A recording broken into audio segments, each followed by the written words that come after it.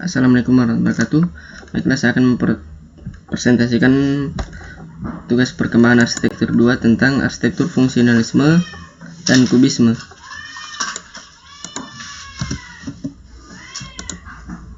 Arsitektur fungsionalisme. Dalam pandangan arsitektur modern pada tahun 1910 sampai dengan 1940-an terjadi perubahan dalam pola dan konsep keindahan arsitektur, di mana keindahan timbul semata-mata oleh adanya fungsi dari elemen-elemen bangunan. Oleh karena itu, aliran ini disebut sebagai arsitektur fungsionalisme atau rasionalisme berdasarkan rasio atau pemikiran yang logis. Pada abad 19, meskipun elemen dan bentuk klasik masih mendominasi banyak bangunan, tetapi konsep dasarnya sudah tidak diterapkan lagi. Sekitar tahun 1890 sampai dengan 1910, timbul gerakan yang menentang peniruan dan pengulangan bentuk, kaidah, dan teori lama. Teori-teori fungsionalisme dalam arsitektur terus dimasyarakatkan dan meninggalkan hiasan-hiasan dan ornamen dalam bentuk lama. Perkembangan arsitektur modern fungsionalisme diwarnai dengan anti pada pengulangan bentuk-bentuk lama dan teknologi baru, yaitu beton bertulang dan baja. Sejarah arsitektur fungsionalisme. Arsitek harus mendesain sebuah bangunan arsitektural berdasarkan tujuan dan kegunaan bangunan itu sendiri.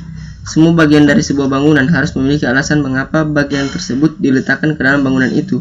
Dengan kata lain, arsitektur fungsionalisme itu yaitu form follow function. Arsitektur fungsionalisme adalah arsitektur yang menerapkan pola dan konsep keindahan yang timbul semata-mata oleh adanya fungsi dari elemen-elemen bangunan. Bangunan tersebut terbentuk oleh bagian-bagiannya, apakah dinding, jendela, pintu, atap, dan lain-lain, tersusun dalam komposisi dari unsur-unsur yang semuanya mempunyai fungsi.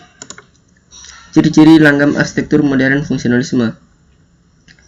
1. Dalam penerapan konsep fungsionalisme atau rasionalisme, mewujudkan bangunan yang bersih dan murni tanpa hiasan, sederhana, berupa komposisi bidang, kotak, balok, dan kubus.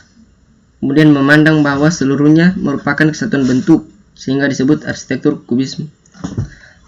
Kemudian aliran ini menekankan pada dimensi waktu dalam bangunan, diwujudkan dengan menyatukan ruang luar dalam oleh jendela lebar.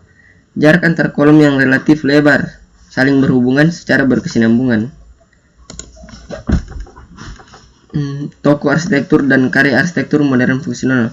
Berikut ini adalah beberapa deretan contoh karya arsitektur modern fungsional oleh beberapa arsitek ternama yang menginspirasi perkembangan arsitektur fungsional hingga saat ini. Alvar Aalto, Finlandia Hall.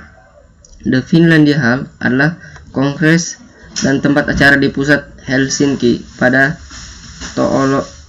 Tollonlahti Bay yang dimiliki oleh kota Helsinki. Bangunan yang dirancang oleh arsitek Alvar Aalto ini selesai dibangun pada tahun 1970. Setiap detail pada bangunan tersebut dirancang oleh Aalto. Desain selesai pada tahun 1962 dengan pembangunan berlangsung antara tahun 1967 sampai dengan 1971. Gedung Kongres dirancang pada tahun 1970 dan dibangun pada tahun 1973 sampai dengan 1975. Pada tahun 2011, gedung ini diperluas dengan fasilitas pameran dan pertemuan baru. Finlandia Hall dikenal sebagai tempat berlangsungnya OSCE Summit, yaitu Conference on Security and Cooperation in Europe, yang diadakan pada bulan Agustus 1975, dihadiri oleh 35 pemimpin dunia, termasuk pemimpin Uni Soviet Leonid Brezhnev dan Presiden Amerika Serikat Gerald Ford. Kemudian Villa Savoy oleh arsitek Le Corbusier. Villa Savoy adalah modernis villa di Poissy di pinggiran Paris, Prancis. Ini dirancang oleh arsitek Swiss Le Corbusier dan sepupunya Pierre Jeanneret dan dibangun antara 1928 sampai dengan tahun 1931 menggunakan beton bertulang. Sebagai contoh dari 5 poin Le Corbusier untuk konstruksi baru, villa mewakili asal mula arsitektur modern dan merupakan salah satu contoh gaya internasional yang paling mudah dikenali dan terkenal. Rumah itu awalnya dibangun sebagai tempat peristirahatan pedesaan untuk keluarga Savoye.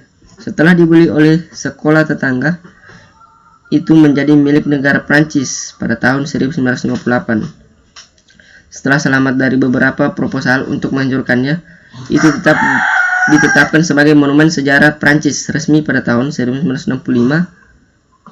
Peristiwa langka karena Le Corbusier masih tinggal di waktu itu benar-benar direnovasi antara tahun 1985 sampai dengan 1997, dan rumah yang telah direnovasi sekarang terbuka untuk pengunjung sepanjang tahun di bawah perawatan Centre des Monuments Nationaux.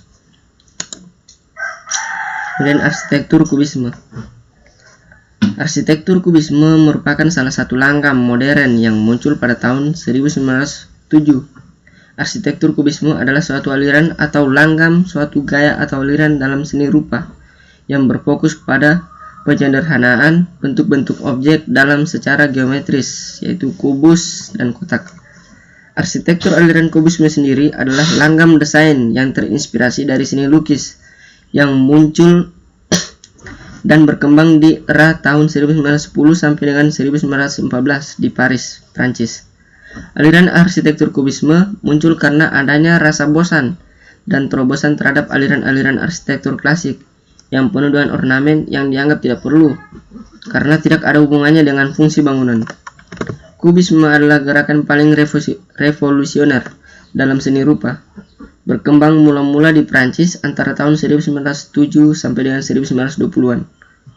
Kubisme berasal dari seni lukis yang tidak hanya membuat bentuk dan warna dalam dimensi ruang tetapi juga dimensi waktu, menyajikan lukisan tidak hanya dari satu sudut pandang yang lazimnya dalam lukisan tradisional, tetapi dalam berbagai sisi, termasuk sisi yang seharusnya tidak terlihat dalam lukisan.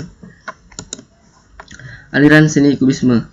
Aliran seni kubisme merupakan seni yang menggunakan gaya abstrak formalistik dalam melukisnya yang pertama kali berkembang seiring dengan ekspresionisme sebelum Perang Dunia I. Istilah kubisme bisa digunakan secara umum untuk menunjukkan semua gaya abstrak geometrik pada abad ke-20 atau secara terbatas menunjukkan gerakan-gerakan awal, khususnya kubisme analitik dan kubisme sintetik. Ciri-ciri aliran kubisme. Ciri-ciri aliran kubisme yang paling mencolok diantaranya yaitu berdasarkan cara menggambarnya,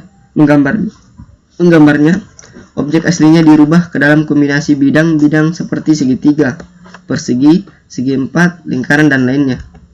Kemudian objek yang digambar biasanya seperti gambar manusia, hewan, benda, dan latar, alam atau bangunan. Kemudian menggunakan bentuk geometris dan memiliki perpaduan warna yang sangat perspektif. Salah satu contoh karya arsitektur kubisme lewat tokoh arsitek yaitu Prairie School adalah gaya arsitektur yang akhir abad ke-19 dan awal abad ke-20, paling umum di Midwestern Amerika Serikat. Gaya ini biasanya ditandai dengan garis horizontal, datar atau gelap, atau atap berpinggul dengan luas menjorok atap. Atap jendela dikelompokkan dalam band horizontal, integrasi dengan landscape, konstruksi yang solid, keahlian, dan disiplin dalam penggunaan ornamen. Garis horizontal dianggap membangkitkan dan berhubungan dengan hamparan luas, datar tanpa pohon dari landscape pandang rumput asli Amerika.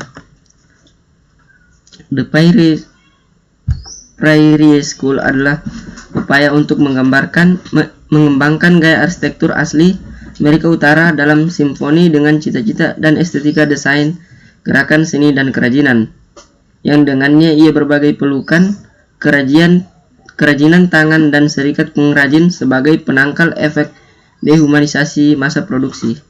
Istilah Prairie School sebenarnya tidak digunakan oleh para praktisi gaya tersebut. Arsitek Marion Mahoy misalnya lebih menyukai frase The Chicago Group. Istilahnya diciptakan oleh H. Allen Brock, salah satu sejarawan arsitektur pertama yang menulis secara ekstensif tentang pergerakan dan karyanya. Sekian dan terima kasih.